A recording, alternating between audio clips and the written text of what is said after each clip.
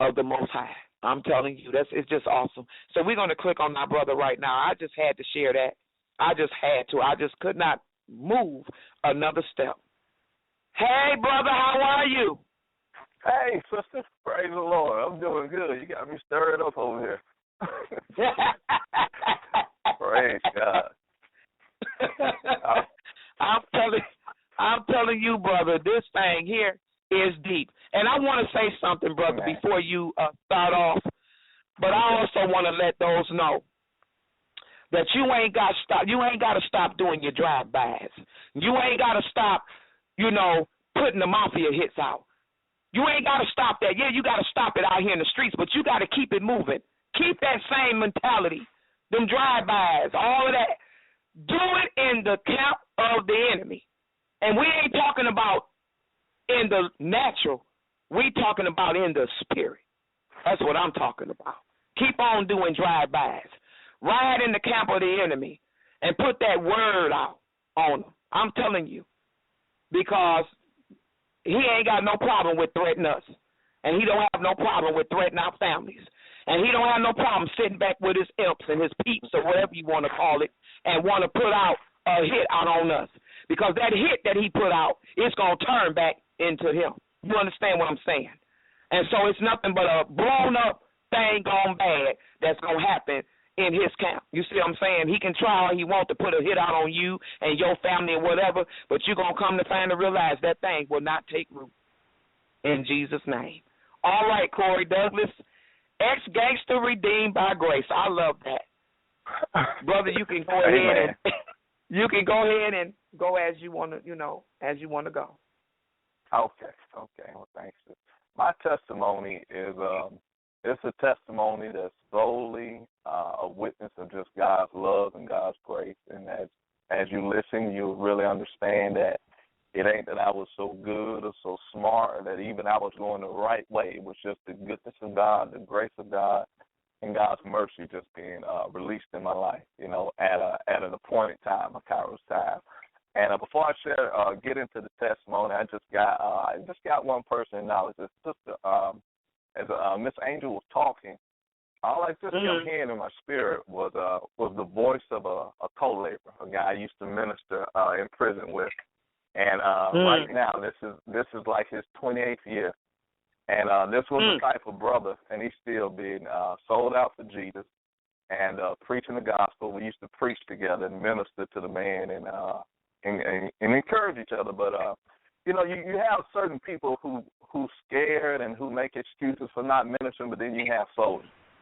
Okay, and this That's brother right. right here is a soldier, and all I can hear him saying is, man, when you get out, tell the story. My Lord. And that's all we talked about. And the story that we're talking about is testimony and also about Jesus, and because that's what we did on the inside, in the midst of convicts and killers. We told the story, and even the officers, even when the officer told us not to preach, we were the type that would preach and that would minister, and that we'll go on the lockup wherever you want to take us to preaching the gospel. But I just wanted to give honor to him because I'm about to tell it and give God all the glory. Okay. All right. Yeah. Well, my testimony starts off. My dad is a minister, and I grew up around the word.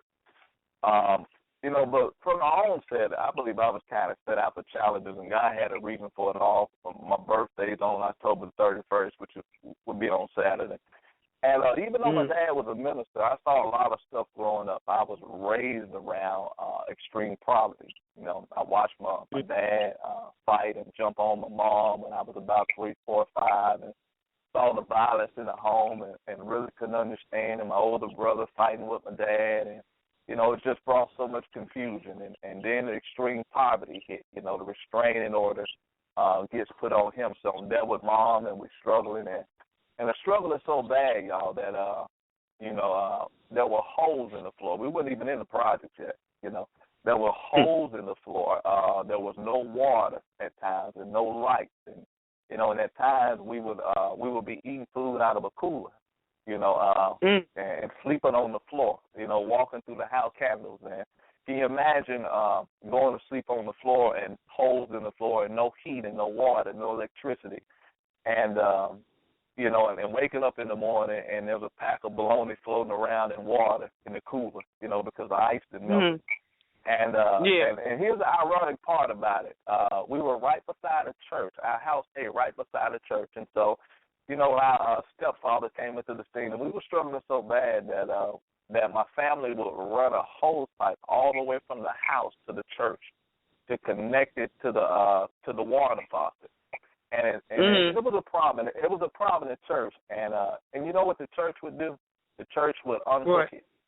And offer no aid or support, and they would unhook it, And so, as things changed, different men began to come into the household, and we were exposed to some of everything, man. I was around the family. We had parties. You saw people drinking. You saw people shooting. And there was a whole lot going on, and so. I didn't have my dad in my life at that time, so I was just kind of like the person who just went about and found stuff to do. As long as I went in trouble, when nobody really concerned about. So at the age around about 12, 13, or 14, I started really, really getting in trouble. Hooked up with some guys, and it just started off as kids just trying to have fun and trying to channel energy, as youngsters and find something productive to do. So we started getting into stuff. I ended up catching my first charge at the age of about 12, I think. An arson charge. And ended up burning the car up, and a car going up in flames. So I'm caught my arson charge and started getting in trouble. And we, just running around. So we moved kind of like from the north side to the south side. And just to explain that, the north side was kind of middle class. South side was just hood. It was just straight.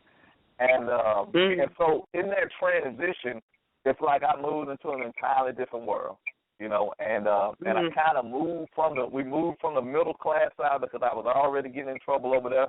So with this transition came a lot of stuff. I ended up growing up. I'm just going to skip through the part as a teenager, and I was fascinated by my brother. My brother used to bang, and so I used to sit around and just listen to the stories that he would share with certain gang members. Back in Huntsville in the 80s, you had the Heat, you had the Kings. They were two major gangs, and so I used to sit back and listen to the fights and the shootouts and and who did what, and I used to sit around and listen to the stories, and those stories used to captivate, and so it wasn't a big shock that I gravitated toward that life, And I ended up getting involved in Disciple Nation. Okay, at that time it was 27414, and for some reason I was drawn to the dark, and I began to grow up and hit the project and hit a project full of disciples. There's a certain project in Huntsville, ain't number G's, ain't number gangsters there,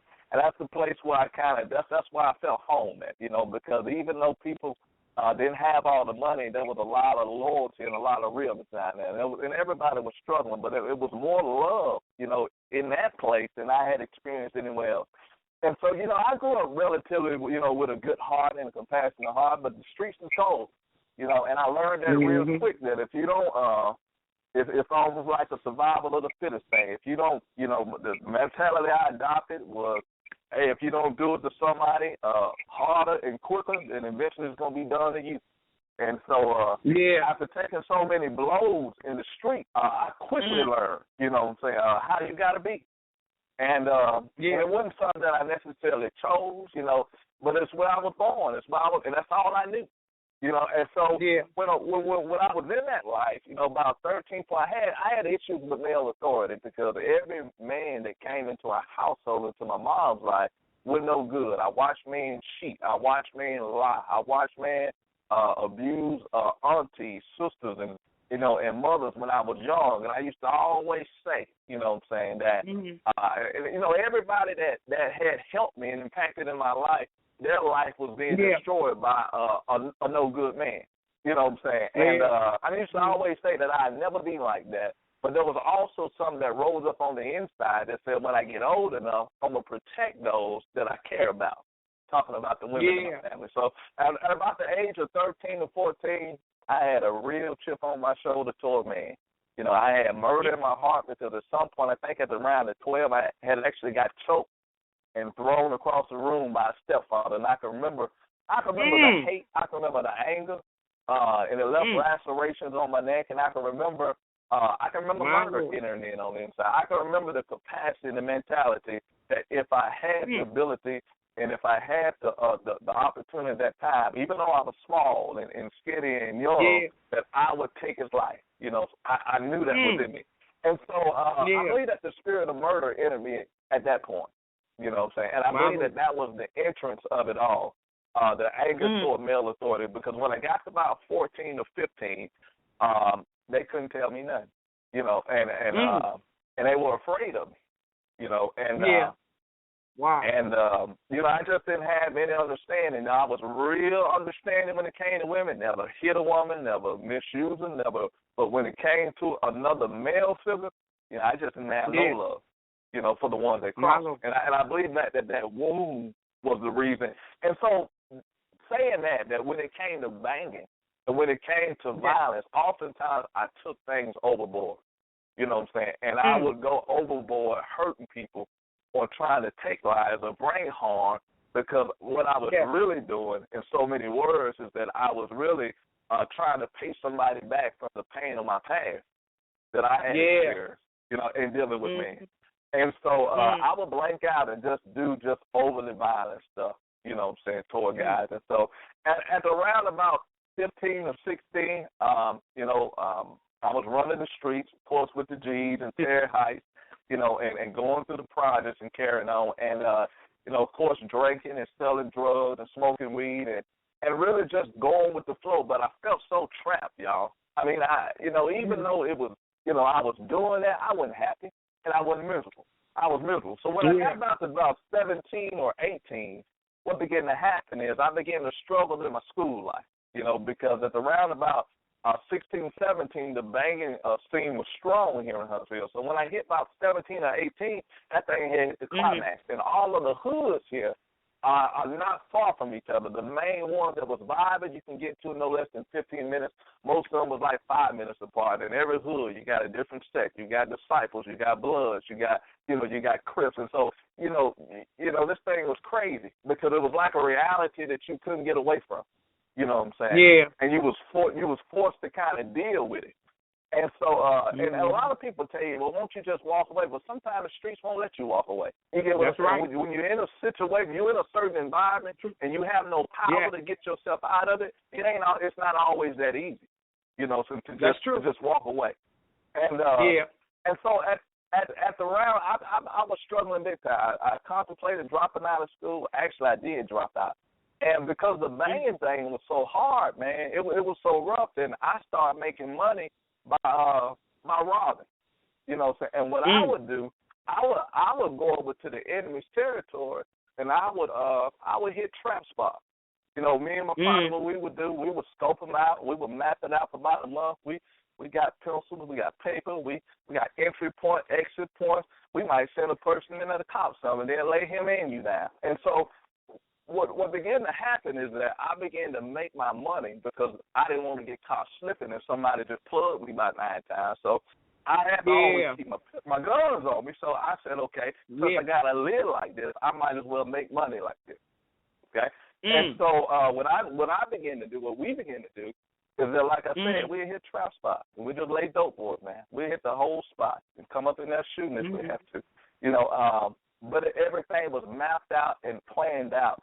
And because of the demonic wisdom, we knew how to do dirt without getting caught. And I used to always have one principle every time I pull up in there, that the first thing I was going to do, one way or another, I was going to draw blood to let people know I ain't playing.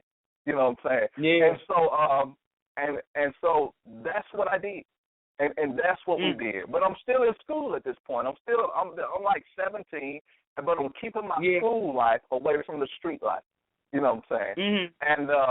And y'all, this is what began to happen. At around about 18 or 19, I was about 2 grades behind because I would never go to school. Came to school high, had actually quit, but I was real sharp. And so I went to summer school to make up grades and to make up credits. And so I came back as a senior, but I was still a year behind. And I thought I was doing so good. You know, people was proud of me. We had officers